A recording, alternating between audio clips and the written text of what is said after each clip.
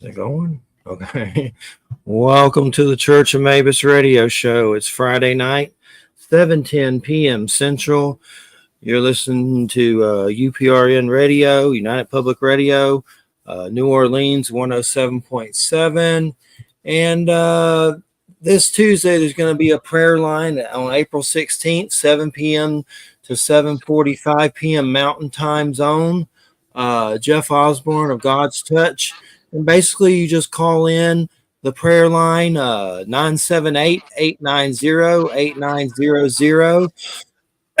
ID 643-9757. And I'll say the number one more time, 978-890-8900. And then the ID is 643-9757. And it's like just a prayer line that's going to be Tuesday. And I'm doing this for a friend of mine, Jeff Osborne. So check it out. And the next thing I have to do is plug some cool books. I hear a little weird echo. Does someone hear that? What is that? It ain't me. I don't think. Well, I'm muted, so it can't be me. It's strange. I don't know what it is, but I'm just trying to make sure. Okay. Anyway, some books from Schiffer Publishing. Cyril Hofstein, Atlas of Shipwrecks and Fortunes of the Sea. It's kind of pretty cool, like atlases, like those old map atlases, but they're weird. Like they sent me one. I think this was the one, and I saw the others and said I plug them off. I just send them, but it's like an atlas.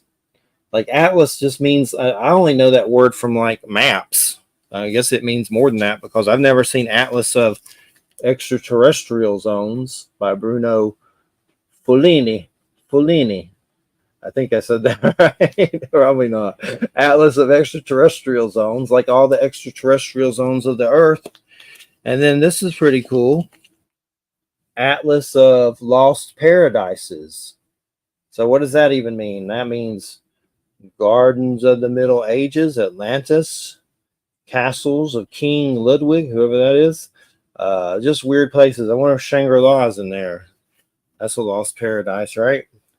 But Atlas of Lost Paradises. And then the last one, Atlas of Dreamlands, which background keeps messing with that. Atlas of Dreamlands. And that's mythical elsewhere. Troy, the Congo, El Dorado, stuff like that. So that's pretty good. Those are all from Schiffer Publishing. So check those out.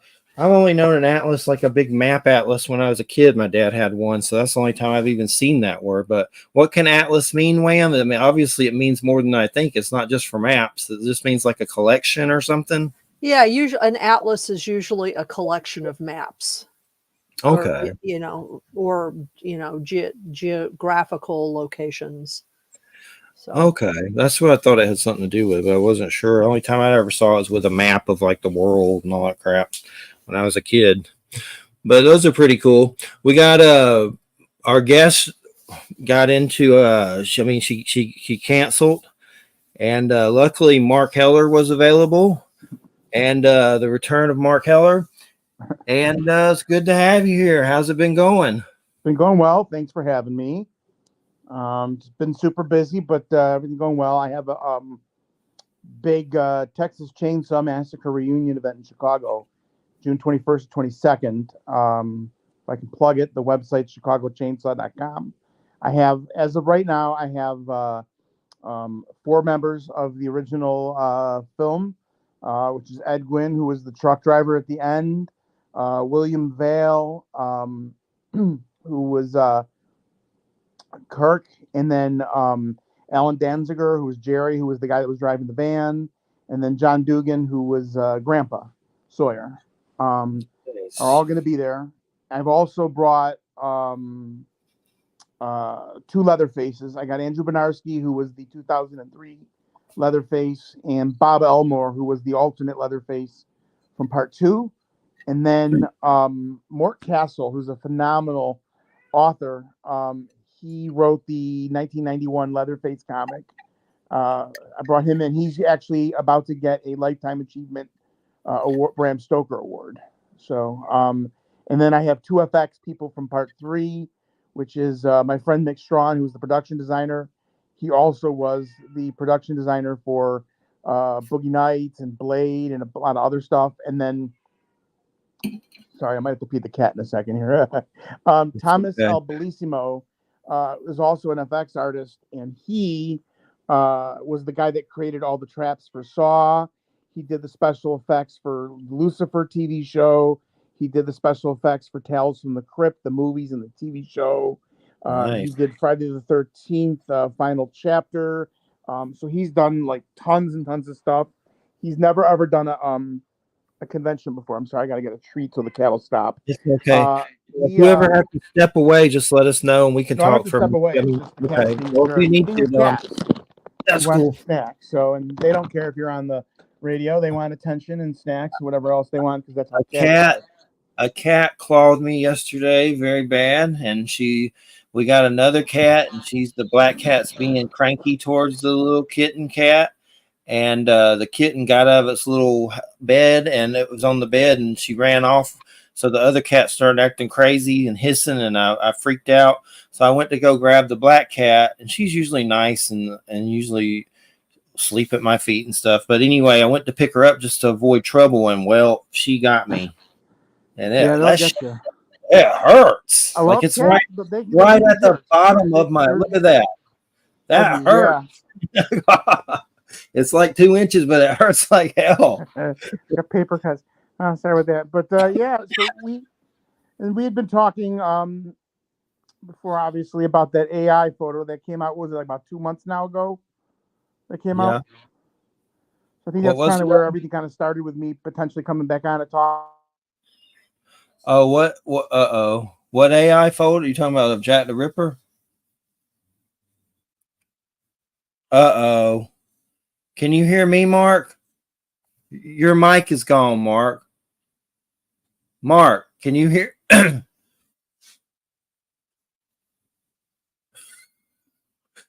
Mark, can't hear you. Can't. Your mic. I can't. Can you hear me now? Can you still hear me, Mark? Micro retrograde, baby. That's right. Yeah, he's going to rejoin. Okay. All right, hold on. Please work. Are you there? Work? Yes. Okay, I'm sorry about that. It's all right. We'll just blame Mercury retrograde. Virgo. Yeah. Christina's fine. Sorry about that. It's fine. It's fine. We're back. That's what matters. We're back. So here's John. Like I say, I'm just busy with the events and stuff, but that's not why I came on here. We were talking. Was it like 2 months ago when the AI photo came out? Come out around January? Did it come out? What was that of again? I forget. Of that Jack the Ripper? They had the AI photo that was allegedly of Jack the Ripper. Okay. We started talking. Yeah, Somebody yeah. had said like through AI that they thought that was Jack the Ripper, and then ironically it looked just like H.H. Holmes. Yeah, I remember now. And then you said you knew a lot about it, and I was like, well, I didn't know that, so let's get you on, because the only person I've ever had on about that was Jeff Mudgett. That's it. I mean, I don't know. Jeff, they had the TV show American Ripper. And the thing of it is, which is interesting, is when it all comes down to it, the only thing that potentially disproves H.H. Holmes being the Ripper is a lawsuit in Chicago. That's it. But they can't actually physically place him where the lawsuit was. So it's entirely possible that a lawyer appeared for him and he wasn't there. He was involved in, I believe it was 2 different lawsuits at the time during the Ripper murders. But the other problem is most people don't realize is that there may or may not have been 2 Rippers as well. I don't know if you're aware of that. I don't know a lot about it. And the Holmes thing, I'm not gonna rule it out. I'm on the fence, but I don't know. Like I guess everybody's kind of like that. But I know he said something about there was like I know I saw the American Ripper on History Channel. Yeah. There's something like a name in the ledger for over there in the trains and in the wherever the hell in Britain or whatever. I mean, I wouldn't rule it out for sure. He's a crazy bastard. I mean, it seems like, I mean, it's possible, but I just don't know. There's so much stuff you don't know about any of it. It's the problem is there's a flaw in just about every theory as potentially who could be it. The popular choice is the Polish guy, Kosminski, I think was his name. Kosminski, yeah. Do you know what I'm talking about? I think I've heard that name. So in 2019, a bunch of scientists got together and they ran a DNA poll off of an article of clothing from one of the victims and claimed that they had a DNA hit from one of his relatives. However, following that, people immediately said that many people had touched this thing. It wasn't a clean item in the sense that it was there was no proper chain of custody or anything with it, and that the other problem is that particular gentleman, he was a barber and he was nuts, and I don't think that whoever the Ripper was nuts. They had to have they had to be medically trained and they had to be smart and not crazy because they had to rationally think. Most people don't know this, but the victims, the Ripper victims, were I'm gonna butcher the name. Exsanguinated. Yeah, drained the blood.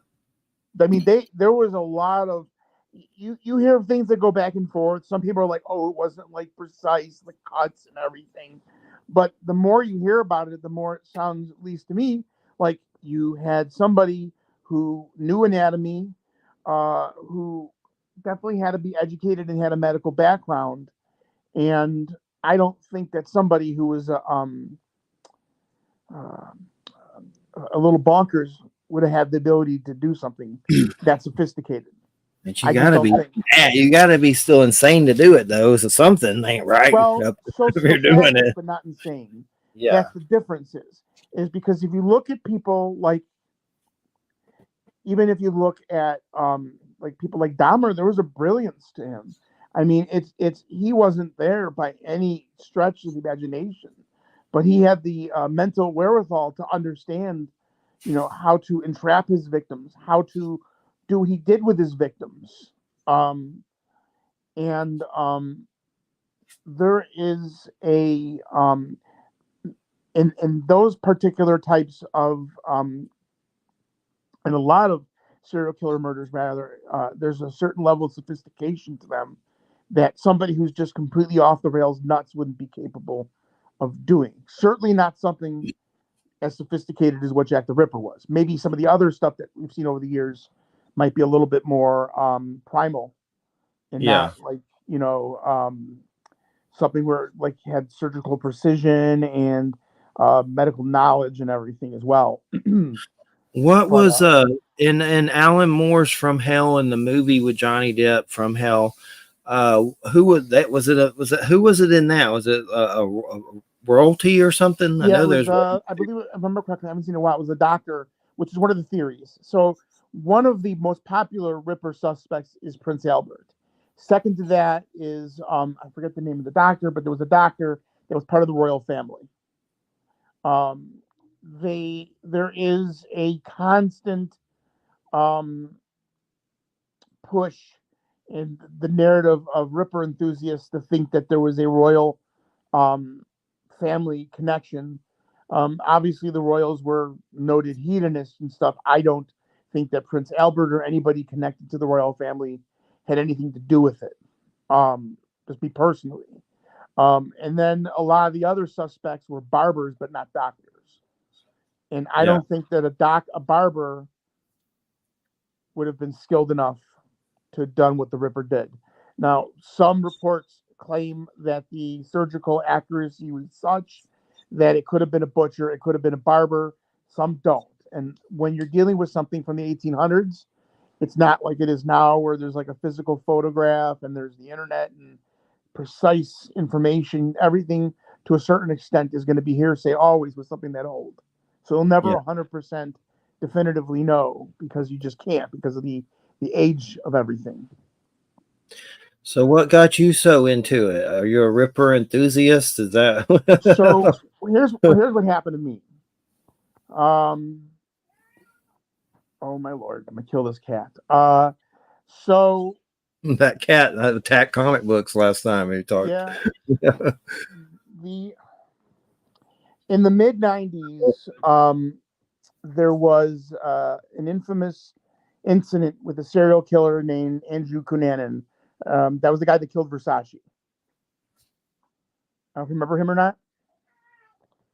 I know Versace the name, but other than that, So no. the designer Versace was Brand killed by does. a guy whose name was Andrew Cunanan. He was a killer, and he killed him. But he also killed a family in Chicago, and before he went en route. So he kind of did this whole like trail of murder till he killed Versace and then himself before the police were able to apprehend him. So, oh my God, I'm getting a cat treat while I'm talking. I'm sorry. It's It's all that right. bottomless pit. So I am in Chicago. I'm in college, being a stupid college student, like everybody is at the time. I'm out getting drunk, and naughty me, I am peeing in an alleyway because I drank a lot of beer and I was drunk. And I proceed to back up and collide right into Andrew Cunanan after he had just murdered two people. Um, Wow. no idea. Uh, I was drunk. I spooked myself. I spooked him. The fascinating thing, which was for me, when I reflected back on it, because I didn't at the time because I was also drunk, he had this look in his eyes, which when you see these people on TV who are killing people, like shooters and stuff, they all have that look in their eyes. It's that blank look, and it's terrifying. But it was like, first thing in my mind is, oh no, it's a cop. And then I realized it's not a cop. And I spooked him, and he spooked me. And then but I remembered the look in his face.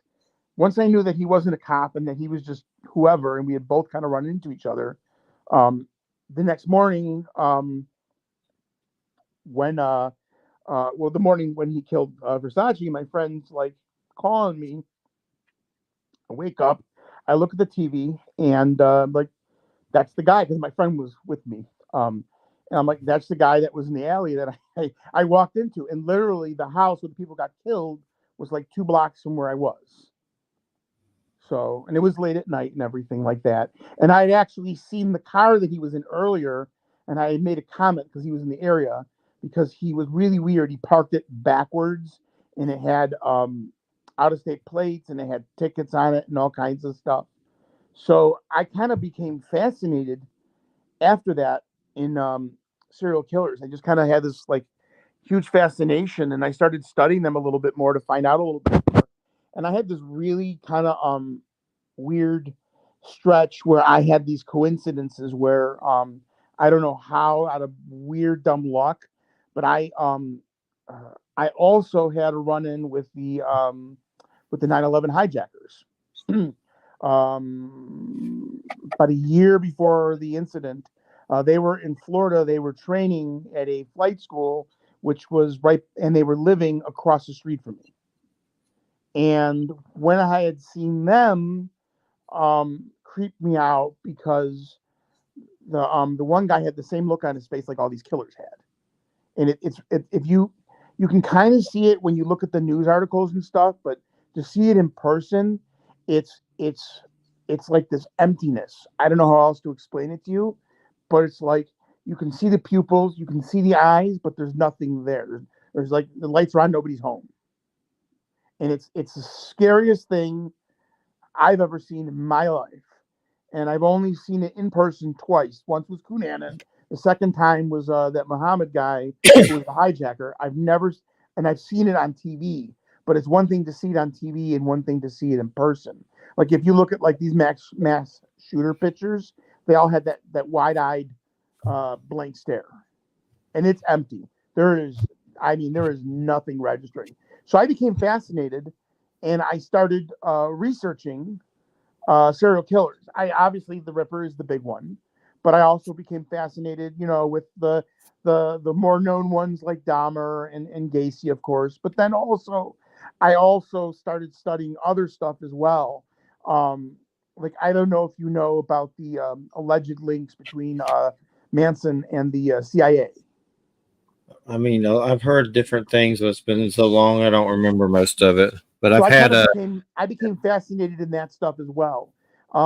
There is a long-standing theory that Manson was actually not originally a serial killer, but rather was manufactured as such via a facility in the UK called the Process Church, which reports have also linked um, Son of Sam Berkowitz to as well. Yeah, Peter Levenda talks about that in his Sinister Forces. And it's really fascinating because you start thinking to yourself, well, on one hand, you've got somebody like Jack the Ripper, who was the sophisticated serial killer. Then you've got some guys who are just kind of animalistic. But, are we also even manufacturing serial killers for all we know? Because they do know there are certain parts to the CIA thing that are 100% factual. For example, the CIA was definitely physically on Spahn Ranch, and they were definitely giving the Manson family experimental drugs. I've had Timothy Wiley on. He's passed now. He was a survivor of the Process Church. He wrote some weird books about, I don't know, like alien stuff and fallen angels and weirdness, but he's also been on that Hamilton's Pharmacopoeia. You ever see that show? He was on an episode of that doing like angel dust or something. he died, but I don't think he was a serial killer or anything, but he wrote books about surviving that process thing. Mm-hmm. But yeah, I mean, I find this stuff interesting, but I like fiction serial killers better because I mean, of course they're shadows of the real thing, which is just as bad in some levels. But no, it's definitely dark stuff. Yeah, I've read the Jeffrey Dahmer book, and I said I'm never reading one of these books like this again. And I don't know if I have. They're just hard to read, some of them. I mean, I might watch a documentary or something, but I try not to soak myself into it. I mean, there's been times I felt like I think something dark takes over these people. It's maybe the ego, or maybe it's a demon or a fallen angel, or just, something vile that's just inside of us. But I've definitely felt like there's something that would like for me to do it sometimes, like become that. And that's the battle of man and that woman and everyone, I guess. But I mean, there's just things throughout my childhood that I can remember torturing insects and stuff and just things like that. And I just felt like there are forces that kind of groom you.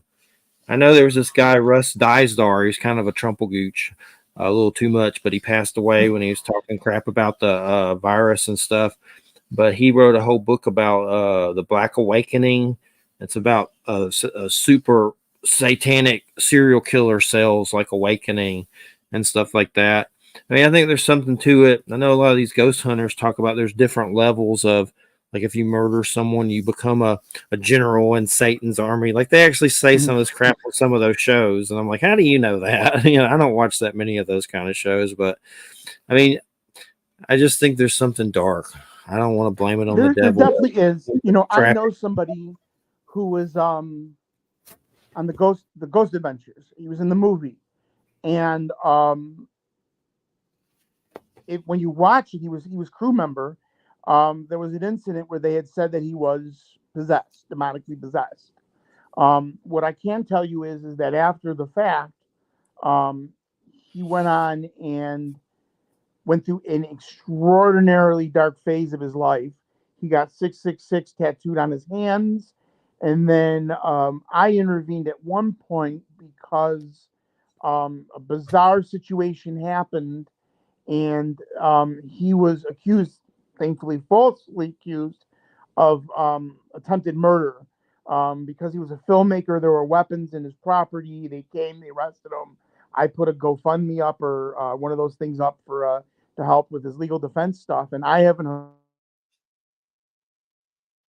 Sorry, are you there? I'm sorry. Yeah, we're here. That's fine.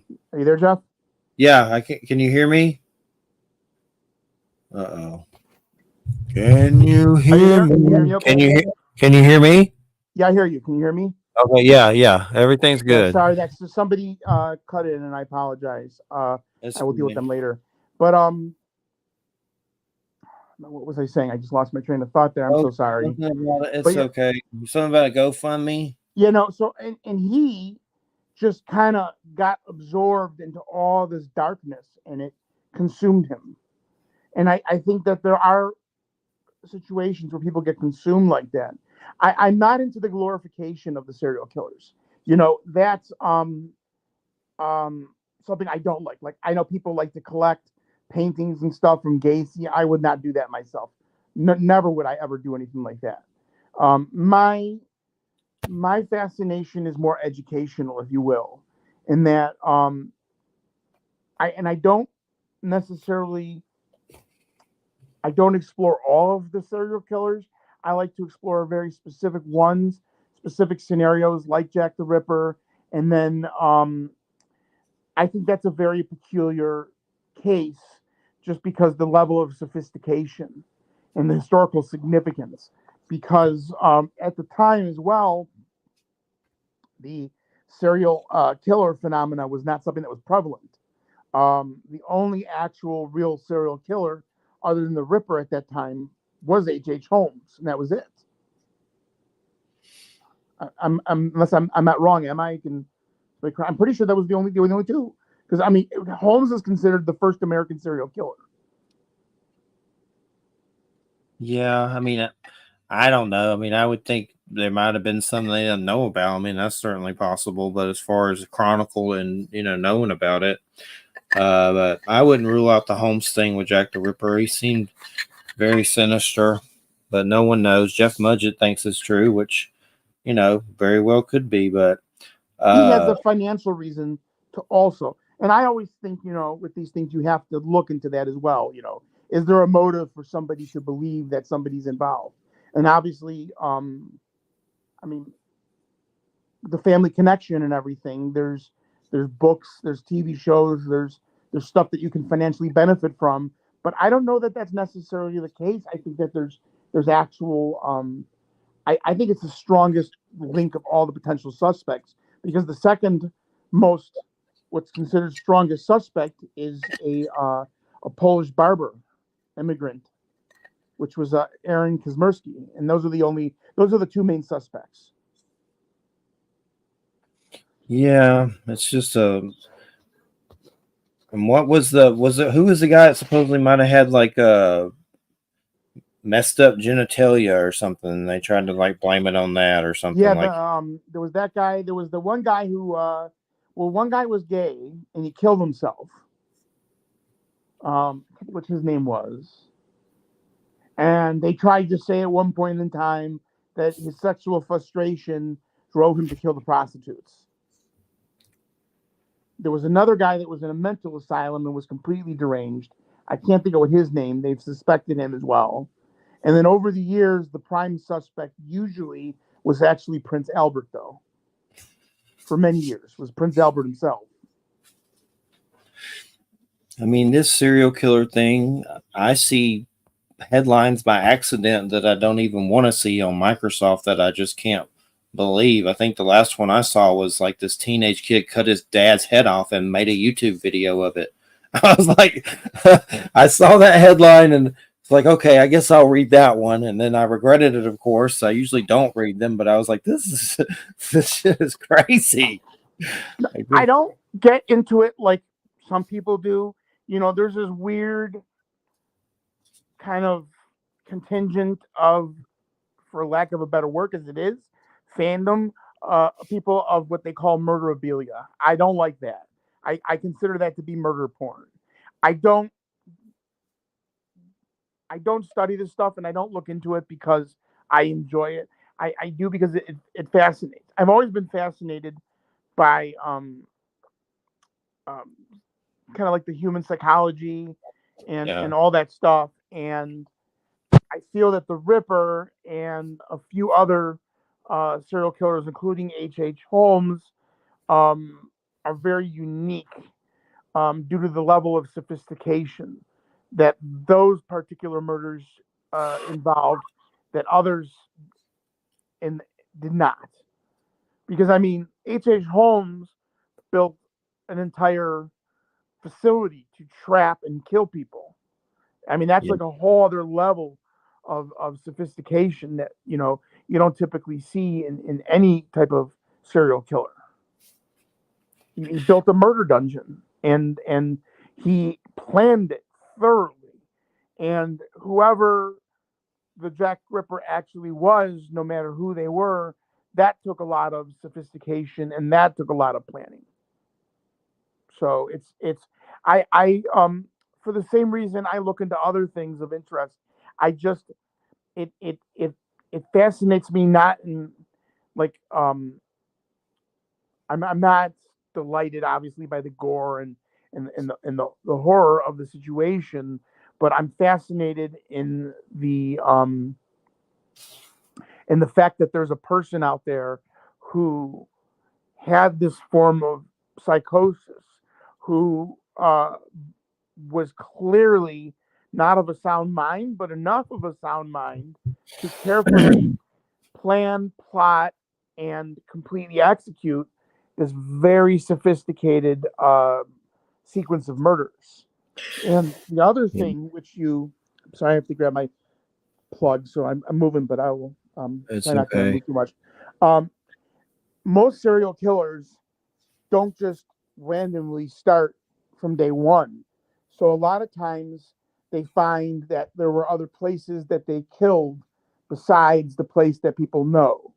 So the likelihood of whoever the Ripper is having killed not only before but somewhere else is fairly high. Whether it was somebody that was British and they were in England or somewhere in the United Kingdom or Europe or America, who knows? But there is no way, shape, or form somebody who executed murders of that level just went into the alleys that one fall and just started killing prostitutes, and that was the first time they ever did anything like that. They had a plan, they had to prepare, they had to learn, they had to study. It's definitely crazy. I saw a good a series on Netflix recently, Files of the Unexplained. Mm-hmm. It had some good UFO stuff in it, and it also had a good haunted Lake Lanier, which in Georgia. That's a lake that supposedly they say is haunted. That some white jerks flooded a whole black town, and it's under it. Just there's good little episodes, but in one of them, they keep finding these feet washing up near Canada, and there's like I don't know, like 20 of them. They just find feet and sneakers. And then they were telling some story about they thought it might have been this one dude, and I'd never heard of this dude. I don't know his name, but he had a pig farm supposedly, and maybe killed 49 women, and he was mad that he couldn't get 50. And I don't know if they called him or killed him on site, but they thought maybe the feet were coming from it. But the whole episode was about these feet washing up on the beach, just a foot and a sneaker. And one woman, her son was missing, and they found his, foot or whatever. But they blamed drug, like all kinds of different stuff. But there were some good episodes about some stuff like that, and those a whole smorgasbord of different episodes. And one of them was the Pascagoula UFO one, and I probably didn't. It's about the aliens with the little crab legs, the little crab feet. But there's a bunch of different ones. But one in particular was about the feet. But that was creepy just to think that they keep finding these feet on the beach. Yeah, They thought really. and they found over 20. There's another one about the Yuba 5 that went missing, like these 5 mentally challenged dudes that vanished. It was a big case. There was a whole episode like that. It's kind of like Unsolved Mysteries, but Files of the Unexplained.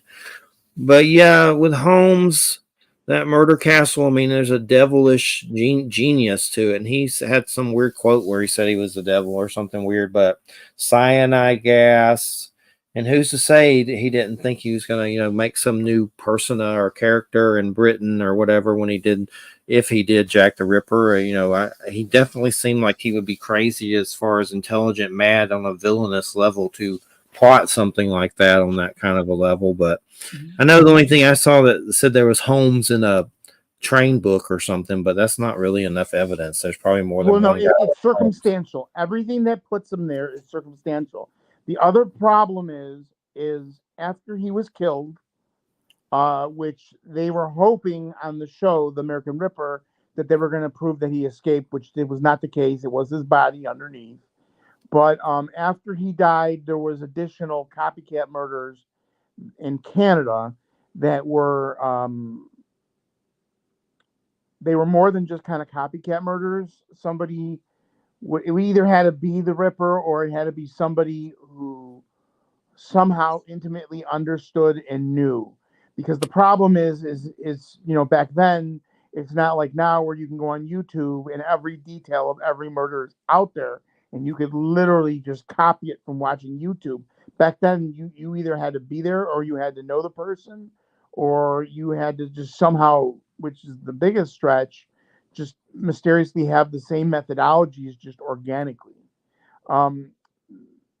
So there's not a 100%, okay, this is definitely H.H. Holmes, but it definitely points towards it. And I think AI will prove who did it because I don't know if you know this or not, but they started using AI in Chicago, the police department. Did you know about this?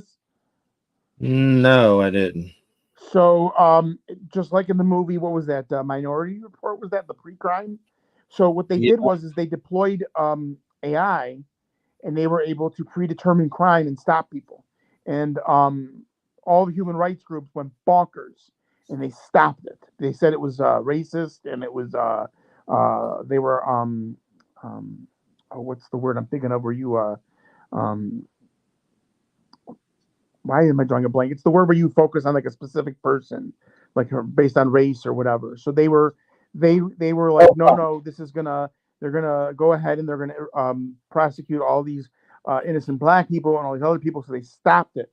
But AI is becoming a huge tool because AI can decipher all of these facts, all of this data that would take decades, if not centuries, for people to pour through, and the AI can just pour through it through seconds, just like it did with the portrait, which got our conversation started. Was the AI said, okay, well, based upon what we supposedly know about the Ripper, this is what he looks like.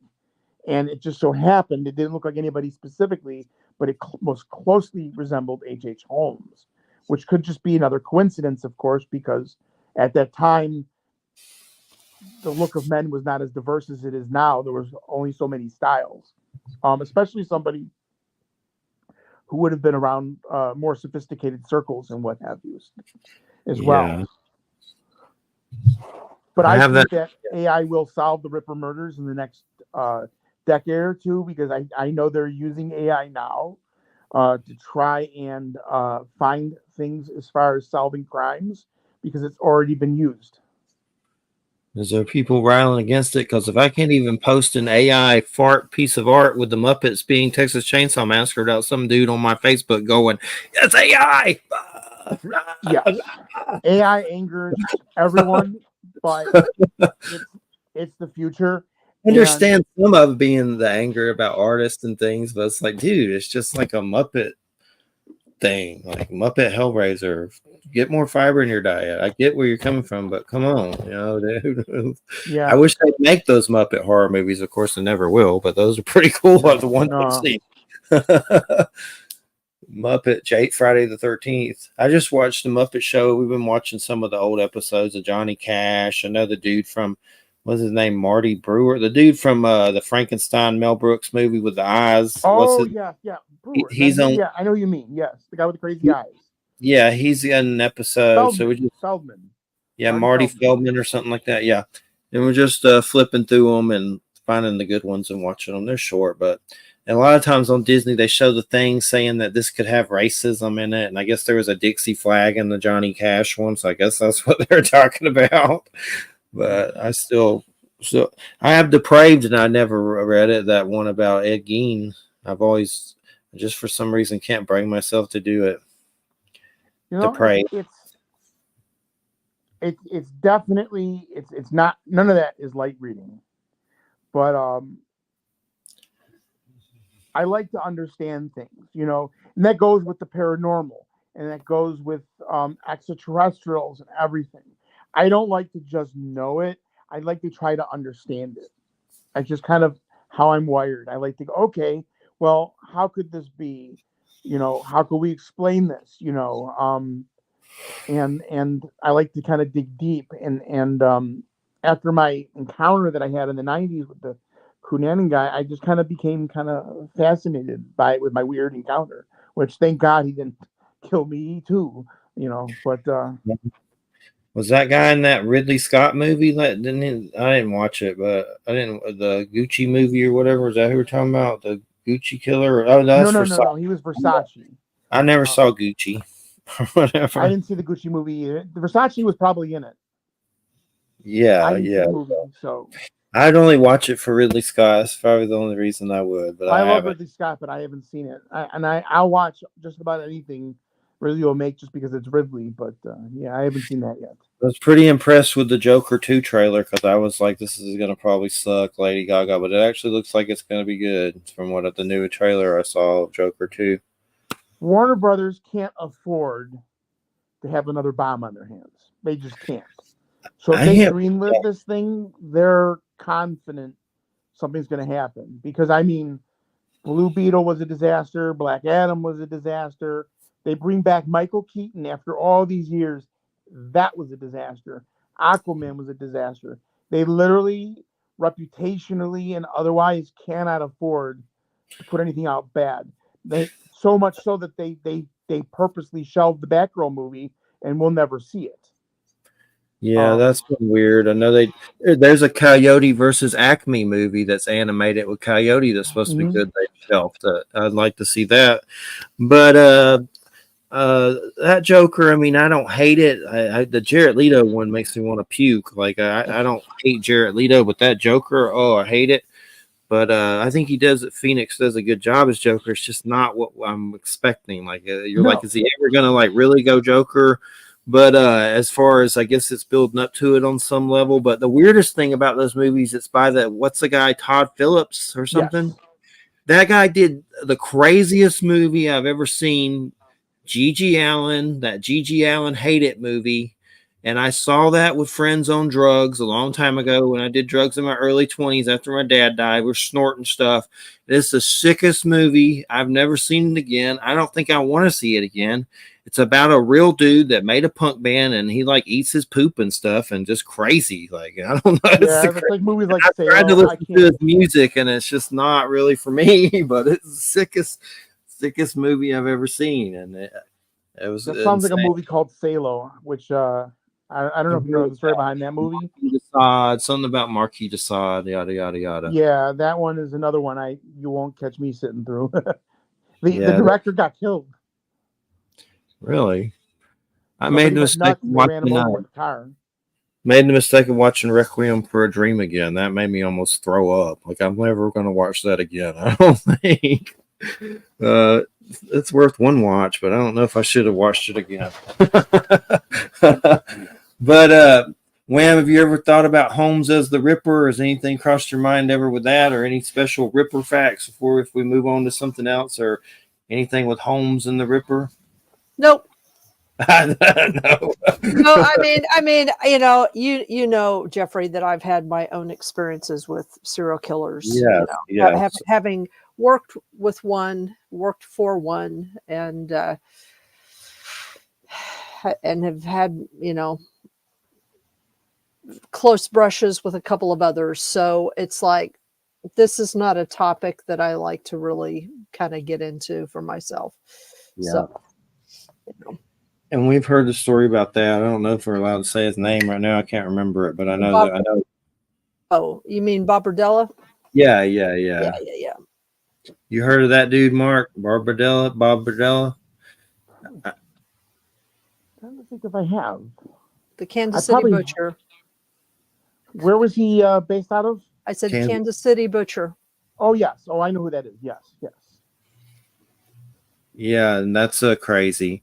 Uh, and there's been certain times in my life, bullies or like my dad was extremely violent, and there's that part of you when you deal with personalities like that that you feel that dark side, like there's something that just wants you to kill someone. I've felt that, and I've been good at trying to release that kind of thing creatively. Luckily, I've never killed anyone this life, maybe other lives, Mm-hmm. maybe, but I understand it. And then, of course, who wants to go to prison and not, for the rest of your life? It's just not worth it in the long run. But there have been personalities that I've come across where there's something that's like seems like it's trying to set you up so you kill this person because they're getting on your nerves so bad. But I've dealt with that a lot, unfortunately. But my dad was extremely violent. I can remember getting hit with a guitar on Thanksgiving in the face, thrown off ladders, tried to play Russian roulette with me because I said I didn't want to live anymore at 16. Like he was crazy. So that's a thing that feeds into it, I know, is having a crazy person abuse you can make you into it. And I know that for sure. But he was scary. My Mm-hmm. dad was always scary. You bowling up at me, it's like I don't even know what that means. Boom, you're hit. I don't even know what is bowling up. Like I didn't even know what the hell that meant. Maybe I was. I know one time he told me to hit him, and I kicked him in the balls. And I'm surprised he didn't kill me. But there was one time he was going to boil my brother's face in water for acne because he said my brother wasn't cleaning and all this stuff. And so I understand what makes people monsters, and there's something always there that wants you to be that monster. I always say God's little monsters, but I don't glorify any of it. No, and I don't go into this stuff to glorify it either. My interest is simply to try to understand it. Sometimes, and at the end of the day, you can only understand so much with these people because it's not something that's rational, anyways. But I like to at least understand from the sense of at least knowing what their rationale behind it is for those who actually give a rationale behind it. I think that unfortunately some people though um, kind of turn these people into celebrities. Like I think it's an absolute cringe fest for people who like deify Manson. I think they wear the T-shirts and they have all this the stuff, and I Yeah, don't get that at all. me neither. But Gabriel, a friend of the show, just said he has to go to work and put Vaseline on his gut and go to work, which I'm not sure what that means. I'm sure there's a reason. Only I guess a wound. I don't know, but but yeah, all of it's just the darker side of humanity. I don't try to get superstitious with the devil and stuff, but there's maybe it's just the ego, or they say dark matter and the darkness of the universe is increasing, and I think there's parasitical things that feed off of this kind of stuff, and but it's just confusing, all of it. But as far as so what do y'all do at this Texas Chainsaw Massacre event, like signings and Yeah. books? So got a lot going on actually. So there's going to be signings. The Leatherface actors are going to be wearing full costumes and taking photographs with chainsaws and everything. So it'll Ooh. be completely movie accurate photographs. I'm going to have some video gaming stuff going on, and I'm going to be doing professional wrestling. We're going to have 5 matches, and it's going to be I don't know if you're familiar with deathmatch wrestling. What kind? What is it called? Deathmatch. I've heard of the term in like a video game or something, but is So that this is name kind of of appropriate for Texas Chainsaw. Basically, you've got people using light tubes. If you ever watch in the TV, you see they use barbed wire and light tubes and weapons and pizza cutters and all that stuff. it? Where do you see this at? I don't know if I need to see it. Oh, deathmatch wrestling. Yeah, Speaking I of might. serial killers, no, but yeah, no, but it was just kind of like I was like, what can I do to just make this thing completely just over the top? And I was like, you know what I'm gonna do? Nobody ever does this before. I'm gonna do wrestling. I'm not gonna just do any wrestling. I'm gonna do that crazy wrestling where they bring out the weapons and the barbed wire bats and the shopping carts and they put people through tables and they hit them in the head with the light tubes and all that stuff. So it's David Arquette almost got killed by accident in a death match about a year ago. Uh, So David Arquette, the actor, yeah. he decided to return to wrestling, and he decided to wrestle the most infamous deathmatch wrestler there is, and the guy sliced his jugular open with the light tube Oh, by accident, but he did it. that's crazy. And David's sitting there, and he's holding his neck, and the blood's spraying everywhere. Everybody thought he was a goner, and that was the end of David returning to wrestling and death matches. I didn't know he got injured like that. That's Courtney Cox's brother, isn't it? Are they married? No, No. that's her ex-husband. Okay. The thing about deathmatch wrestling is it's extremely dangerous, but if it's done correctly, it's almost safer than not as violent wrestling. But it depends on who's doing it. So I've got a guy I'm working with. He's been in the business for a long time. Um, Despite the level of danger that is involved, because these are real weapons, it's real barbed wire, it's real light tubes, but it's being done by people who know what they're doing. They have experience, they have practice, because unfortunately, there are people out there who don't have the experience, don't have the practice, or aren't actual like wrestling companies, but some guy who wants to get famous on YouTube, and they really hurt themselves sometimes.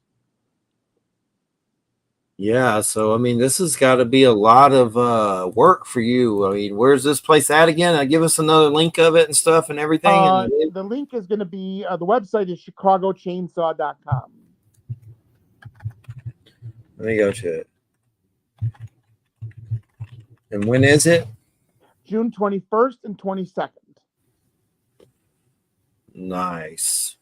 In addition to that, I've got a bunch of other exciting projects that I've got going on. On May 18th, I'm going to be, well, actually tonight, right now, we're screening April Fool's Day and Slaughter High at the Hollywood Boulevard Theater. Starting this month, we're going to be doing monthly double features of cult movies in the Woodridge, which is a suburb of Chicago. I have another theater, which I haven't announced yet. We're going to be doing large scale celebrity autograph signings and movie screenings. There's going to be two of those this year in Chicago.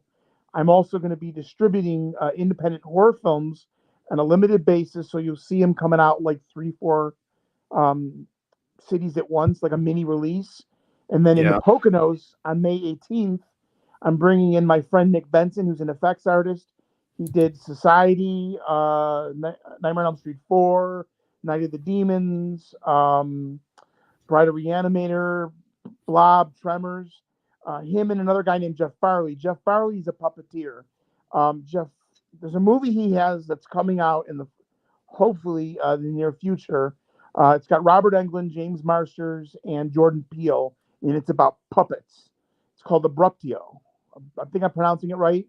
And he did the Robot Jocks movie. He did Demolition Man. He's done Freddy's Dead special effects and all kinds of stuff. He's never signed anything before. Him and Nick are going to be at the Poconos in May. And then in June, I've got this big Texas Chainsaw event. So I've been pretty Cool. busy. I'm just kind of focusing on putting all these kind of fun, celebrity meet and greets, movie screenings, all that stuff going on. So I'm So having a lot of fun with it. you're Midwest Gore Fest. That's the name. That's the new company name. We started going under that. So I have another company. And what had happened is I was originally all over the country.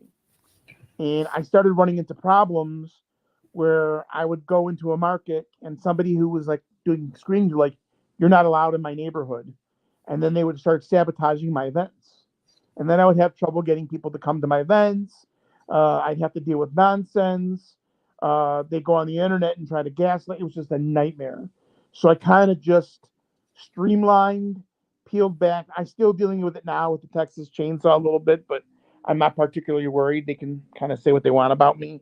But I'm just going to centralize it, and this is like a new kind of direction that I've gone in. I'm from Chicago, even though I'm living in Vegas right now, and I that's where I'm from. That's where my family is. That's where a lot of my friends are. So it's a lot easier for me to operate out of the Midwest in case these other things happen, which do from occasion, unfortunately. It's anytime you deal in this industry, you're going to have to deal with the gatekeepers, and it stinks because they're annoying. But I think that once I get this larger Texas Chainsaw event out of the way, they'll just find somebody else to go bother. Yeah, and so what have you been watching lately? As far as I've started the Fallout thing, and I watched There Will Be Blood again recently. That was I good. love There Will Be Blood. That is That's such a definitely beautiful movie. what an ending. Oh my God. But I mean, it's good to watch, but it's kind of like Killers of the Flower Moon or something. Like it's good to watch, but it makes you sick at the same time. It's heavy though. It's not. It's if you watch that, you got to watch something else that's like uplifting, short, and something different. I saw a movie which I really enjoyed a week ago called Monkey Man, the new movie with Dev Patel. Heard of that? Yeah, heard of Beautiful it. movie. Dev was in a movie called Green Knight, which did you see Green Knight? Yeah, it was like an Arthurian newer one that was good. It was good. Right. I could watch that one again. It's been a little while, but yeah. So But yeah, I would watch Green Knight again. It was pretty weird. But yeah, There Will Be Blood. Daniel Day Lewis did a great job in it, and then Paul he's Dano. phenomenal. And man, it was just the ending will blow you away. It's definitely a downer. Really looking forward to the new Nosferatu by Eggers. Hoping that's good. I'm hoping that's going to be good. I'm really looking forward to it. I have mixed feelings about the Voyage of the Demeter, and I was really looking forward to that one. And I know a lot of people just didn't like it at all. Did you see the last Voyage of the Demeter? I enjoyed it. It's not, it's not the greatest thing I ever saw, but it was decent compared to most crap. It was, and I like when they do those period pieces. It was all about the boat with Dracula in it, and I didn't think it was horrible. It's worth watching for sure.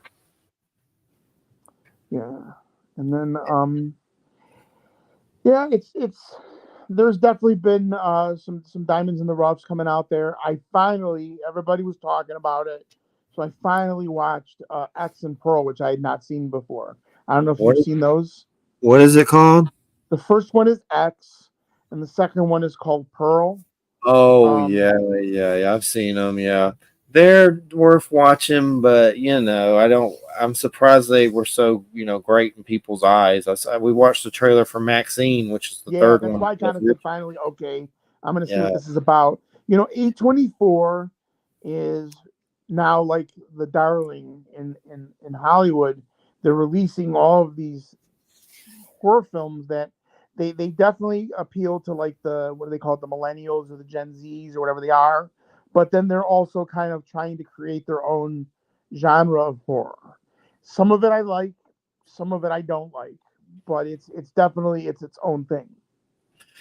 Yeah, there's just some that are too much, but I like the Terrifier ones, but they're a bit too much. I know David, he hangs out on my wall and plays the Terrifier clown. They're a good watch, but it's not something I want to watch over and over because the kill scenes are just so severe. But he does a great job. I think he's definitely like the new Freddy or Jason or whatever. They've definitely, not many things can do that now. Propel themselves on an iconic type level like that. No, it's unbelievable because there's been other characters that they've tried to create and it's got some traction, like Hatchet, but Victor Crowley never ever rose to the level like Art the Clown or any other character post Freddy, Jason, Michael really kind of got to that level ever again. And then all of a sudden Terrifier comes out and Art the Clown's this absolute sensation. They do a good job with the Chucky series. It was the last one I saw. He killed the president in the White House and just got the nuclear code. Chucky. it's funny. Like they keep it funny, and of Yeah. course Jennifer Tilly and a bunch of different people in it. I But love that they do that though. Like the episode where they had her and Joe Pantoliano, and they kind of blended yeah, reality with the movies. I thought that was great. yeah. The best part of Chucky's Brad Dourif for sure. His Oh yeah. voice. That's the greatest part. But those Chuckies are insane. But they're a lot to watch. A lot of violence. But I don't know. Gonna watch Fallout. That's for my speed with the Mad Max, but with crazy creatures And situation. And then, and Furiosa, I'm looking forward to as well. yeah, that's gonna be good. George Miller. I did see that with Christina. That was it. 3,000 Years of Longing by George Miller about the Jinn, Yeah. Elder Ibris. Idris Elba, yeah. Yeah. That was good. I liked it. Unusual It was movie, good. but yeah. Yeah, I mean it wasn't horrible. It was good. But I want to see the new Mad Max, of course. I'm hoping it's good. And I've always liked those on a lot of different levels. But lately, it's hard just to even find anything that's good on a big level. You know, a lot of things are just not that great, or you can go to a lot of the old stuff lately. Saw that old Werner Herzog Nosferatu. I like that. That was really good with Klaus Kinski recently. I've Yeah. seen that a few times. That movie's just haunting. Starts off with all the mummified babies and Klaus Kinski as Nosferatu. Like that's crazy. We're lucky those movies are still out there, because there may come a time when it might be hard for them to still allow us access to his movies. Now that and I mean, he was a bad guy, but Clint Kinski, but they haven't made his movies hard to get yet. But they've started doing that with some people. Saw that phenomenon with that Jennifer Connelly when she was younger by Argento or whatever. That was crazy. That movie was two different names. It was two different movies. The other one was, what was that Night one? Warning. Was it Night Warning or something? Creepers, maybe. I don't There's know. two names to it. There's an American name and a non-American name for it. But Oh, I know what I'm thinking about. I'm talking about that Candlestick, something Butcher Baker Candlestick Maker, some movie that's horror and it's got a lot of gay dudes being in it. yes, It's yes. on Shutter. It's on Shutter, but that just went on that just went on Amazon actually. I know what you mean too. the Dr. original. Butcher MD or something like that. Wait, I'll find it. It's like Butcher Maker, something like that. But it used to be called Night Warning. Yes. Horror movie. It's on Shutter. Yes, it just went on there too. Butcher Baker Nightmare Maker. Mm-hmm. That was crazy. That was crazy. That's one of those movies people like paid a fortune for the VHS tapes until like the legal rights got cleared. Then they started putting it on DVD and then Blu-ray, and now there's a lot of movies. It's kind of weird. So there's a lot of movies that people never had access to that suddenly they have access to. But then there's a lot of movies still that people don't have access to even now because of all the rights issues and stuff. Like one movie that I'm dying for a Blu-ray for is The Keep. You ever seen the movie called The Keep? You're talking about the F. Paul Wilson, about the Nazis and stuff? Yes. Well, the Michael Mann movie. Yeah, but it's based on a book, wasn't that Yes. F. Paul Wilson or something? Yeah, I've seen it. It's been the a long movie is a mess. I mean, the studio made such a mess that Mann like disavows it, but it's still a beautiful movie, and I love watching it. The only place you can even see it is on Pluto TV right now. Huh. And they cannot get it out on Blu-ray. And then it'll go off of Pluto, and then you won't be able to find it again forever. And it's got Jurgen Prochnow, Gabriel Byrne's in it. What's his name? The actor Ian McKellen's in it. Yeah. I think I have it on the hard drive somewhere, but I better double check that and look at torrents. Might not be there either. And it wasn't faithful to the novel. I mean, absolutely, but I still. It's one of those like, man, I wish I could have seen the original version before they cut it up. Scott Glenn's in it as well. But it's interesting.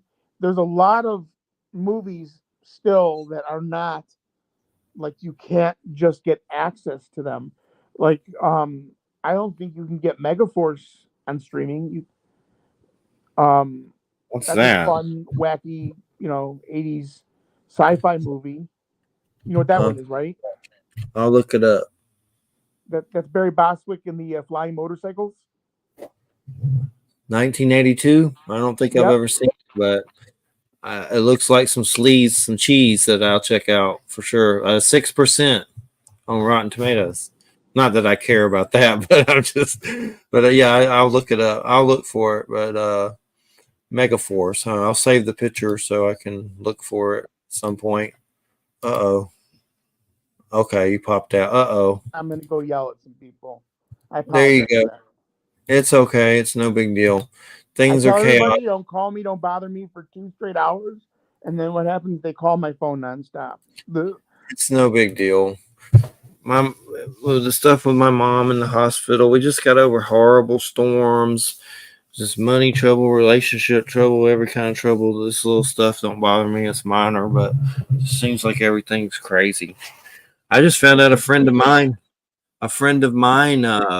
Paul, who was one of the people that first knew me when I started messing around with the Mabus name and doing silly stuff with it, that he was him and I used to live with him and his wife, but found out recently they've been fighting like crazy, and he's like in a asylum. Been hearing all these stories about people fighting and just craziness that is out of character. Well, I'm in Everything's just, customer service right now. I do like telephone customer service, my day job, and yeah, people are insane. They're out of their minds. They're angry. believe They're it. furious. They all want to fight and argue. And I mean, we're talking like gross overreactions to the smallest, most unimportant things. It's crazy because I'll speak to a couple hundred people a week, and it's like every interaction, they're the minute the call starts, they're ready for a fight. It's definitely I think a lot of it is the political situation and potentially one way or the other, depending on the outcome, it may or may not get better after the election.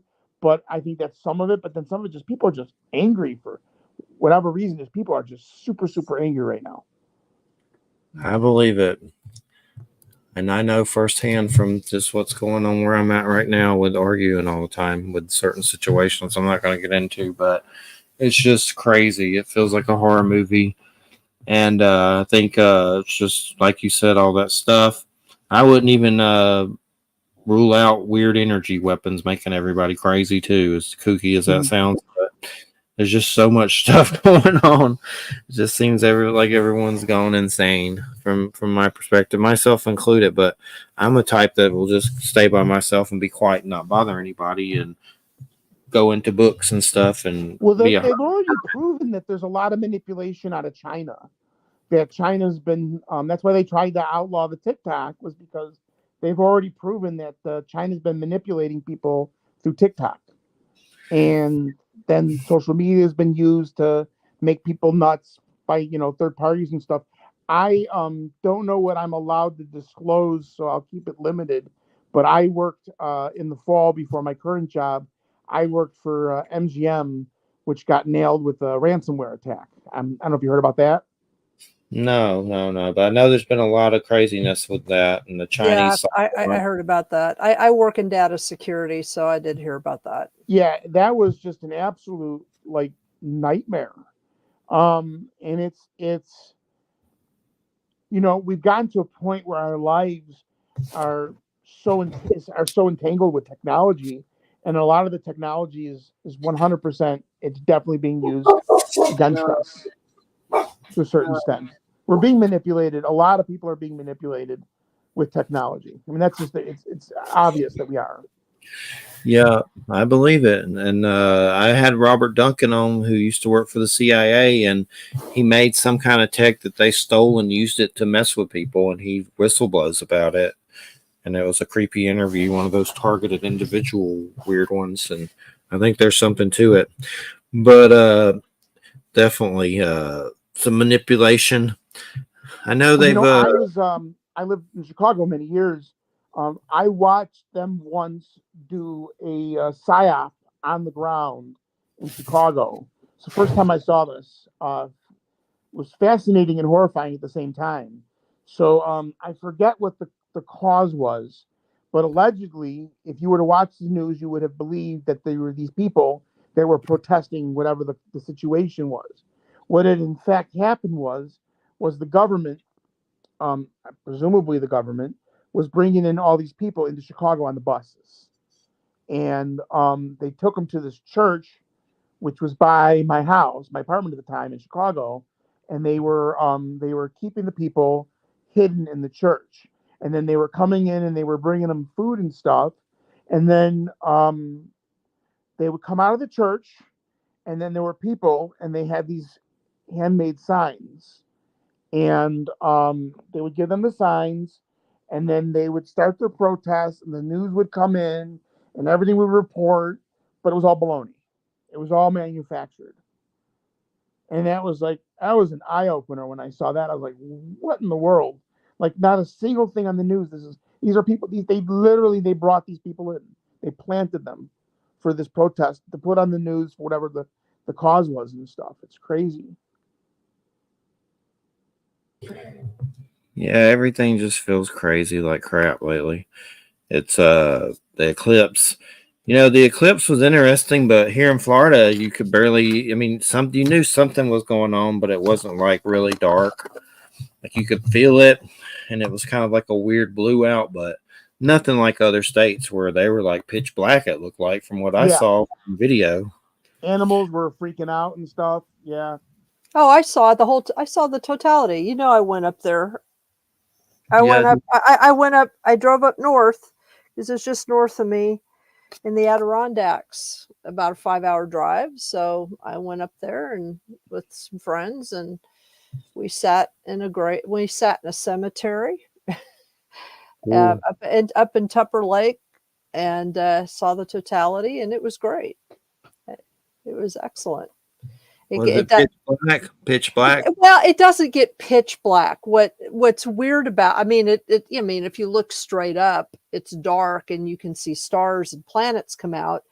But what's interesting is that if you look towards the horizon, it's like a sunset, like the sun has gone down, but it's 360 degrees.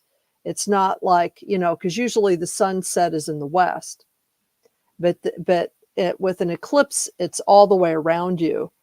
So that's kind of, it's interesting. And the animals did do some interesting things. I mean, like everything got really silent, and it got cold. It got really chilly. Of course, we were up in the Adirondacks, and then when the sun, the cemetery was right next to this really large wildlife center that's called the Wild Center. It's like a animal rehab center, but they do events and stuff there. And then there was also down the road a little ways, an elementary school, and NASA had set up a station there.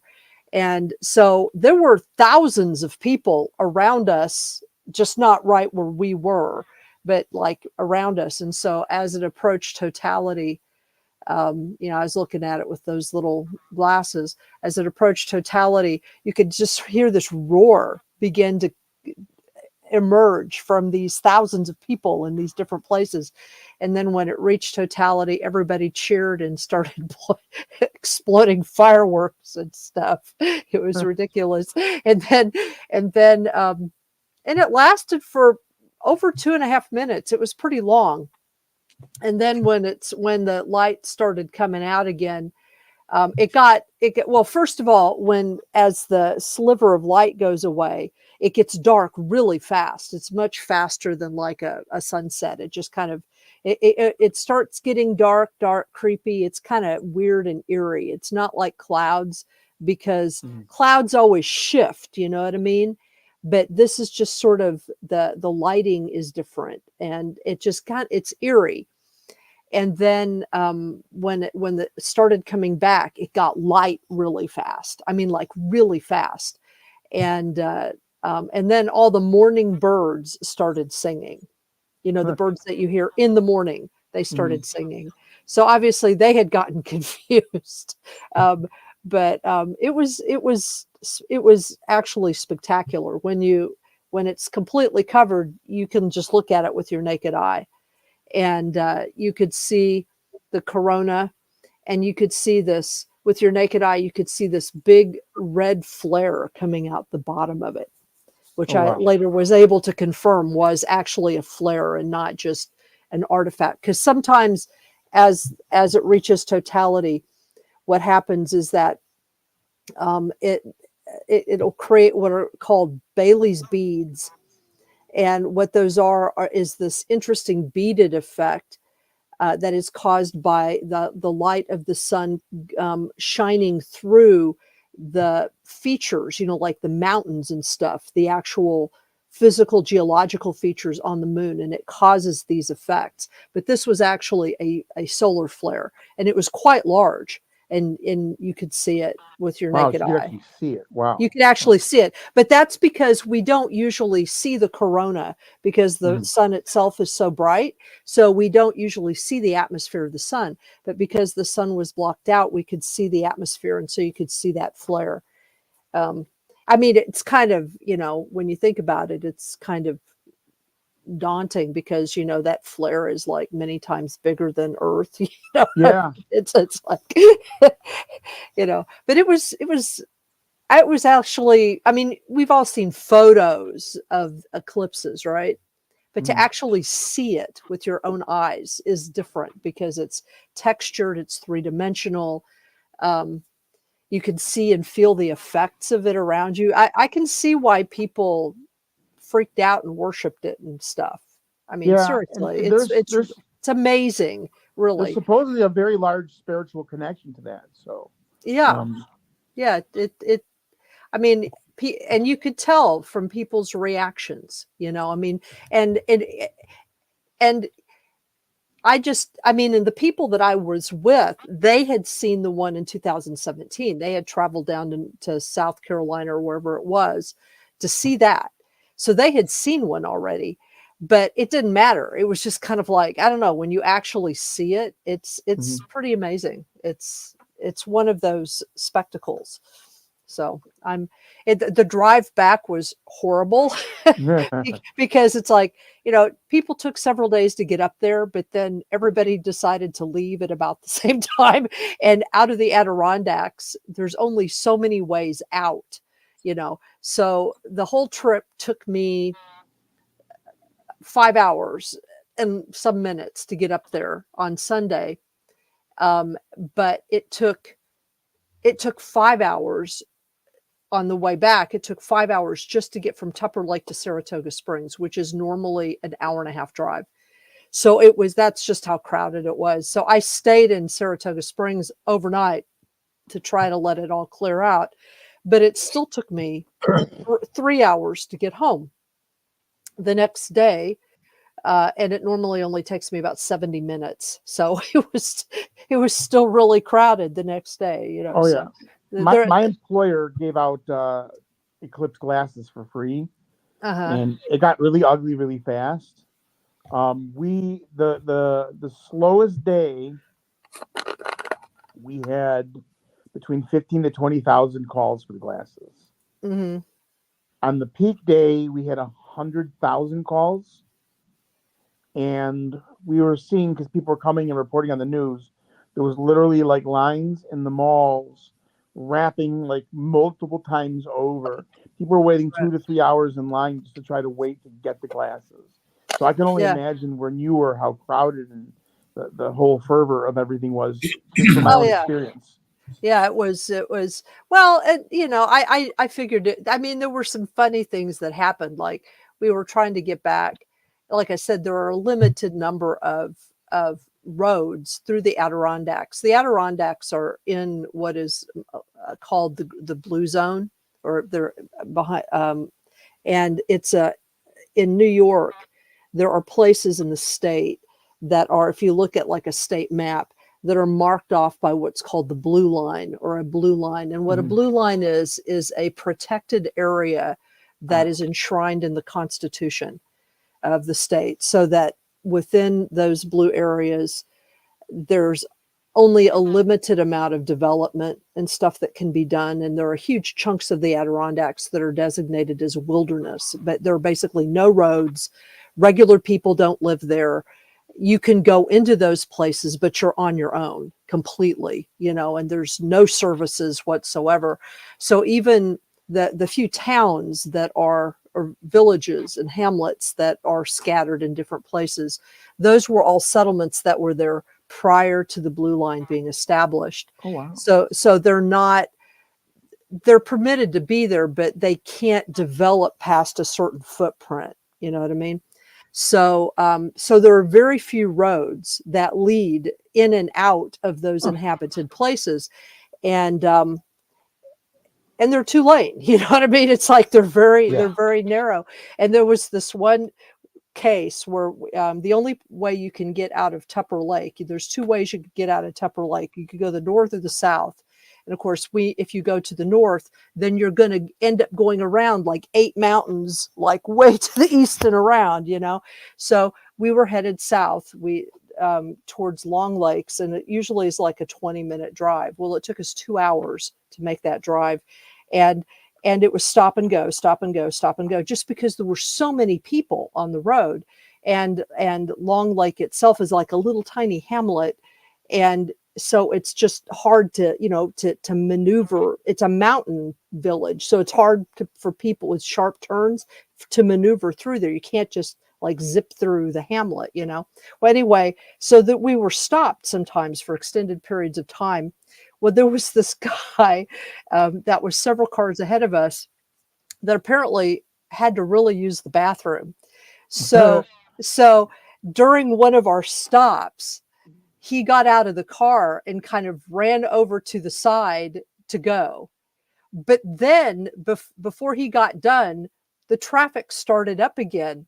And his friends just drove off. They didn't pull off. They just drove off and forced him to like chase them down, and I know. And finally, and he chased them. I mean, he must have chased them for like 3/4 of a mile, because a little bit of space opened up. And so we couldn't go fast. We were going like 20 miles an hour. But so eventually they pull over and let him in. And I thought to myself, I bet there was a conversation about that when he got into the car. It's like, just what are you going to do? I mean, it's like, I know that in their minds, they're probably like, we don't want to lose our place in line, but it's like, we're all stuck here. It doesn't matter. It just doesn't matter. You just don't drive off and leave your friend like in the middle of nowhere. You know what I mean? In the middle of nowhere. Hey, Wham! I've seen some things online about, I don't know if it's true, but something about the Navajo can't look at the sun for a certain amount of time after. Is there any weird stuff does that sound familiar, or anything like weird things? I'm sorry.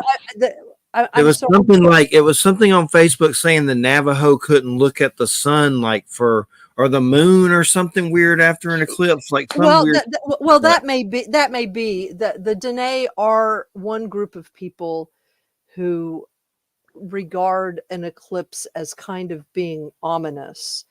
They're different. One of the cool things that was happening at the center, the Wild Center, and I did go to a couple of these events, was there was an Onondaga storyteller who was telling stories from all these different indigenous groups in North America. And he talked a little bit about the different approaches that the different stories that the different groups, that different indigenous groups have their attitudes towards, eclipses. And the Navajo apparently are pretty negative about it. They see it as kind of a real negative or sinister, ominous sign. So I don't know, he didn't tell any stories about that, but he just talked about it a little bit. And so I would imagine that their unwillingness to look at the moon or the sun or whatever after an eclipse is probably linked to that in some way. Yeah, I know. I saw a Norse thing. They were saying it was a wolf eating the sun or something, and it Yeah, rebirthed. yeah. There's different. I mean, that was the point of him telling the stories. He was telling different stories from different indigenous groups.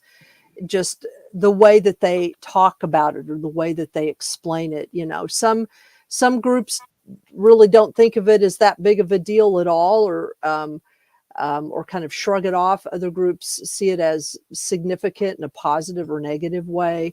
There are trickster stories that are connected. He told a trickster story from the Penobscot people. And so, it just varies in terms of how different groups of people saw it, There's always been scientific proof that the moon does manipulate people's behavior. So, well, it's connected to tides. It's connected to, without the moon, the Earth would survive without the moon, but it would not be and life probably would too, but it would not be life like we understand it. It would not be life, and it would depend on, to some degree, the moon is responsible for helping the Earth to remain in the kind of tilted, its axis is a little tilted, and that's what gives us the kinds of seasons and stuff that we have. So if the moon wasn't there, and the moon is actually being slowly going away from us at the rate of about 5 centimeters a year. So at some point, the moon will be not there. But not in our lifetimes, obviously, not for about 1 billion years, I think they're estimating. But at some point the moon will be so far away that it won't cover the sun in an eclipse. But the moon is really important for like tidal regulation and for seasons and stuff like that. So yeah, I mean, it's not an insignificant thing. I keep seeing all these maps of the sea tide that's supposed to swallow things. They keep showing on big media sites like MSN and stuff, and it looks like where I'm at is probably going to go under, I guess, but I don't think it's going to be anytime soon. But I know this last rain that hit us, that was insane. Just seemed like it parked above us and about flooding us out of here. It was real bad. It's been raining here a lot, like a lot more than it usually does this time of year. Usually this time of year, from late March, I live in the Mid-Hudson Valley, Mark. So usually from late March to like the middle of May, it gets kind of dry here. We go through sort of a dry spell, so that usually they have like burn bans and stuff. But it's just been raining and raining, and like last night we finally had our first thunderstorm. It's just had an earthquake. Well, yeah, we had that last week. Yeah, I felt that. Yeah, it was very interesting. And of course, I knew that it's because I knew I was going to the eclipse. So like within 15 minutes of that earthquake, I got on Twitter, and they were already linking the earthquake and the eclipse and conspiracy theories. And I was like, it's like, good Lord. I've never seen so many weird conspiracy things for an eclipse. Like, I mean, they happen, but this one seemed they were going crazy. Yeah, it's pretty wild. It's pretty wild.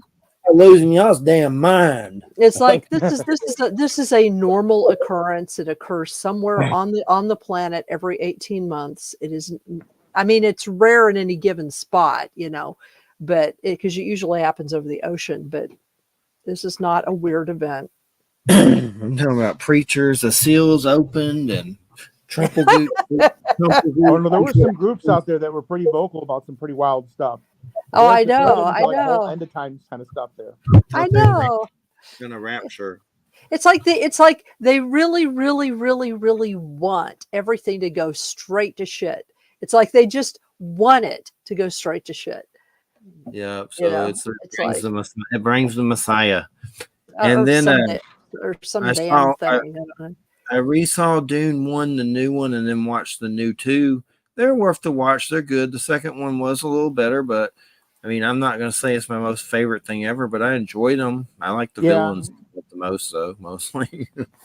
The villains are obviously creepy. much closer to the novels than the original film. Although I will still, to this day, as flawed as it is, I'll always love the Lynch film just for what it is. Me too. I love it. I love the original, the Lynch one for sure. I don't remember. Was that big brain creature in the new movies? Because I didn't see it. Remember the big thing they were rolling around and it flew in No, space? no. The Navigators, no. Yeah, that wasn't in the new movies. No. But new ones are worth watching, and they did a really good job. Are they making a third one? I don't know.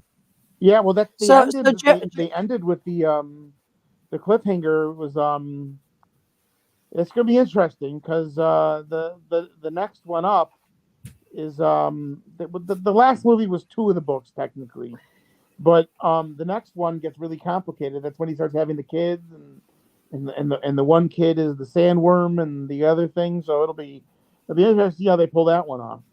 What were you saying, William? have you started watching Twin Peaks yet? We got to. We haven't started it yet, but it's definitely on a to do. Things have just been crazy with all the hospital stuff and things like Yeah, that. yeah. I just asked. I was just asking because I know you'll like it. It's gonna be done for sure. It's in the agenda. And let's see. Just the things with my mom and stuff. We live here with her, so if anything happens to her, I'm with my brother and nephew, and then Christina. My brother and nephew, like when it comes to paying bills and stuff, my brother works and nephew doesn't. Like when it comes to like paying bills and stuff, they don't know their ass from a hole in the ground. So if anything happens to my mom, it's just like this is going to be a nightmare. So this whole thing just kind of brought that up when she does, pass at some point in the future.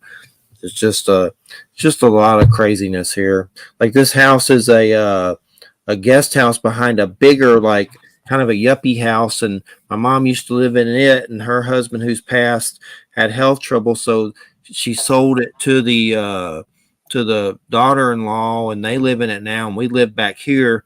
But they've always said, you have, as long as my mom's alive, this house will be good. But it's to the point to where if something happens to her, they may be throwing us out of here. So it's just so many levels of stupid that I can't. I have a headache just thinking about it right now. My mom has surgery in the morning. I know it's just kidney stones, but it still makes you nervous and stuff. But she was really bad when they wheeled her off, fluid on the heart, leg, and it's just been crazy. And I don't do good with that kind of stuff. Like it I brings can up say with my kidney issues that the stuff Yeah. that she has, as scary as it is on the more treatable side of things. It's the surgery to remove the stones. And if they're doing what I think they're doing, is not a very invasive surgery. Yeah, I think she'll be fine. It just worries you, but I'm having a craziness with uric acid and like all kinds of crap. Like every time I pee, it's like crazy bubbles and having to find ways to waking, leg pain, gout, stuff like that, and trying to figure out how to regulate all this uric acid crap. And the main thing people tell you, go to the doctor and get some stuff, which I haven't done that yet. But every night when I lay in the bed, my legs hurt like hell just in the bed for some reason more than ever. And I've seen the gout. It's like weird, like I don't know, some mineral buildup or some crap. But been taking cherry tart gummies that's supposed to do it. I've read apple cider vinegar, but eventually I may have to go to the doctor. But the big thing is it makes your blood pressure go up and stuff. So I'm having to be careful with food and all that crap, which sucks. Which is Be just careful, man. That's not. yeah. Well, anywho, one thing we've talked about before is comics. I've had to cut back on that a whole lot, and I grew up on comics. But the only one that's really caught my attention in a big way is that whole Robert Kirkman Hasbro G.I. Joe Void Rivals Transformer universe. I've just read the Cobra Commander first few. Those I've are enjoyed that. I haven't read much besides that either. Did you see the new Conan? Yeah. I've been keeping up with the new Conan from Titan and stuff, and the sort of Conan. But yeah, that Cobra Commander, that is kind of Lovecraftian and horror, and they're doing a really good job. It's crazy that he's like a human that lives down there with the serpent people, and then somehow he does a terrorist act, and I guess he gets disfigured from someone throwing a grenade or whatever. But it's pretty crazy. Like, yeah, Yeah. it's the only one to me that's given me any, that hypes you up a little. The rest is just so Marvel and DC. So it's just pumping out there's so much crap you can't even keep Yeah, up with it. It's just like 40 Spider-Man titles, 30 Batman titles. Who the hell? You got to be you a have to million kind of get into people like a with whole crap. saga. There's also a new Thundercats. I picked it up. I haven't read it yet. But Dynamite Yeah. just released a new Thundercats.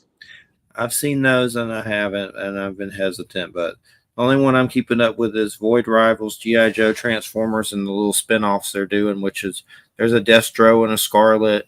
Yeah. But basically it's Transformers and G.I. Joe in the same universe with Void Rivals by the Walking Dead dude. But that's the only one that's given me any feels in the feels. I used to play with my little GI Joes as a kid with Cobra Commander and Baroness, and they had Oh, relationships. yeah. but I've been but collecting some of the new ones, but they sell out so fast. Like there was a Serpentor I wanted to get, but by the time I had a chance to get them, the internet people just gobbled it up, and it's like $200 now. So gosh, I can't do nothing. I'm just keep up with those. At least the comics are like $4 a piece or something, so that ain't so yeah, bad. But and then I saw some depressing thing about God, what was it? This is depressing. Rob Zombie's a big collector, and I love his music and his movies. I like most of them. I don't hate them. I don't try to hate on him. I like the music a little bit more. I liked House of a Thousand Corpses and Devil's Reject, but that third movie, I was like, I don't know if I like that one, but I might watch it again and it'll grow on me. Three from Hell or whatever. But hey, there was something to do with one of the Ramones who was passing away, and he was collecting stuff up until he died, and somehow he was like looking for this like some kind of poster or something, and Rob Zombie was talking to him, and the guy's dying and still like collecting stuff, and then somehow it made Rob Zombie not want to collect stuff anymore. It was so depressing. And I just read some big article about it, but that's how I mean, I like stuff too. I have a lot of Nosferatu figures and the Universal Monster figures. I like the Hammer stuff, but I don't buy that stuff anymore. First off, I can't afford to. And then second off, you have the reality that you're not going to take any of this crap with you, as amazing as it is. And that's the one that article was embodied, that whole Rob Zombie Ramone article. It was pretty like a slap. I have a new problem. It's called the cat. Now that I have the cat, anything that I have that's expensive has already pretty much been ruined by him. So I know he attacked your comics last. Yeah, he got my comics. I had a bunch of Funko Pops. He ripped open all the Funko Pops. What? He's evil. He's like Damien. Yeah, he's a cat. That's what cats do. They're jerks. That's why the videos are out there. Everybody laughs when it's not happening to them, but when it happens to you, they're being cats. Collecting's great, but after a while, reality slaps you around, unfortunately. And it's become a lot more expensive to become a collector now than it used to be. Stuff is not like, especially now that they have all these things like Whatnot, and now like they have the slabbing they're doing. So people are putting VHS tapes in plastic slabs and grading them, and you've got like a VHS tape that was like $20 2 years ago, and now it's like $10,000. Yeah, there's stuff like that. That's crazy. I have a bunch of Funko Pops, but I don't buy them anymore. I had to get the Francis Ford Coppola Dracula ones. Those are pretty cool. That's just one of those you got to do. You can't help it. But so I don't know. Is there any? I like a lot of Western stuff with comics. There's been a new one, The Canary. I haven't got it yet. I have a lot of the Jonah Hex. I like Weird West, so I know they're doing a lot more of that kind of stuff. There's a few more Westerns that I can't think of their names, but I saw them in that Westfield Comics catalog. So I keep up with a few things. But I've been publishing actually as well, by the way. Oh, really? What have you been doing? I have a company. So if you go and look on Kickstarter, you look at Mike Deodato's Jade Warriors. That is Alpha Comics, and I am Alpha Comics. David Campetti is my partner. He's publisher. He used to publish Innovation. He's been around for ages. He wrote Superman, and then he was Stan Lee's ghostwriter. So all the how does Stan Lee does this or that, it all was him, not Stan Lee. And we just had 2 Kickstarters. We had the original Jade Warriors Kickstarter, and then we did a smaller one that followed up, and then we had another one um, from a book called Exposure. These are all re-releases of stuff that was published originally in the 90s, but I've been sort of publishing on and off for years. I do stuff with David. As much as I would love to do nothing more than superhero comics, the market for female character driven stuff is really strong, and that's how I always end up when I publish. And that's what Alpha Comics is. We have Jade Warriors, we have Exposure, we have another book called Bonsai Girl. If we look online, you can see the Kickstarters for Alpha Comics from there, and that's all me. Cool. I know there was a Kickstarter for a Vlad the Impaler comic that I did. That's pretty cool. It ain't out yet, but Dark Horse is going to be doing that one. And then there was a Skinwalker Ranch comic with Hunt for the Skinwalker based on that George Knapp book. And they did the comic and then re-released that book and a thing. I did that, but I don't do Kickstarters that often, but occasionally, once in a blue moon. But the Vlad the Impaler, I forget, some pretty famous artists are doing that. It's like a whole new take on Vlad the Impaler. Might have some fantasy elements to it, but I know Dark Horse is supposed to be putting it in comic form. Then Hunt for the Skinwalkers out by Image. Like I have that coming in hardcover where they're basically I'll have to look that one up. I didn't know about that one. I'll check that yeah. out. I haven't been really in deep with the comics just because I have so much stuff going on, and yeah, these events have been just sucking all my money up as well. So it's just been. That's the biggest problem. Comics are amazing, but there's just so many. It makes you have to be rich to keep up with it, and I'm not. Well, and then if you can suddenly need to get 20 books in a month just to follow one storyline, which makes me nuts. Yeah. And then Hunt for the Skinwalker is all the Skinwalker Ranch tales, like in a comic book with cool art and covers. But there's also another one that I've been doing, James Tinian. It's called Blue Book. And the first series is about the Betty and Barney Hill case. And did a series of comics about UFO cases. And the next one's like Blue Book 1947 or something. And it's Kenneth Arnold and all that. That's really good. It's like a really good art, and it's just telling the history of UFOs, and it's called Blue Book. 2 words, I believe. Blue Book. But James Tinian's doing it. He did a good Joker run with Batman. Yeah, I know him from the Joker stuff. Yeah, but he's doing Blue Book. That's a good one to keep up with. So little things like that I will, but the rest, like I tried Spider-Man and X-Men, like y'all are crazy as hell. I have to win Publishers Clearinghouse keep up with this shit. Yeah, there's too many of them. There's too much going on. Yeah, it's like I give up. I don't care what happens. And books aren't like what they used to be. Yeah. I did try to get the Predator versus Wolverine, and I didn't get to it fast enough. And the secondary market blew them up to the point where I didn't really want to pay $10, $15 for one book, so I just didn't get it. But I did want to see the Predator Wolverine comic, which I regret not having been able to. I got those. You can get them a good, decent price on eBay if you really look. There's some that not too bad. There's only 4 issues of it, so I haven't even read that yet. And I don't care what the cover is. I know that's part of the problem is certain covers are more because I've tried to do the alien stuff, but I have trouble keeping up. But there is coming up. Paul Reiser and his son are doing the first ever Aliens What If book, which I want to get, and it's What If Burke lived. Who's Paul Reiser? Is that the actor? He's the actor that played Burke in Aliens. Oh, okay. That sounds interesting. Another good one, and we're about to have to end, is Image has been putting out a lot of Creep Show comics that are really good. Those are good. I've been keeping up with those. There's some must ones, but other than that, like the big ones about superheroes, I'm done with those. I can't keep up with that crap. But anyway, it's been great, Mark, and thanks for having me.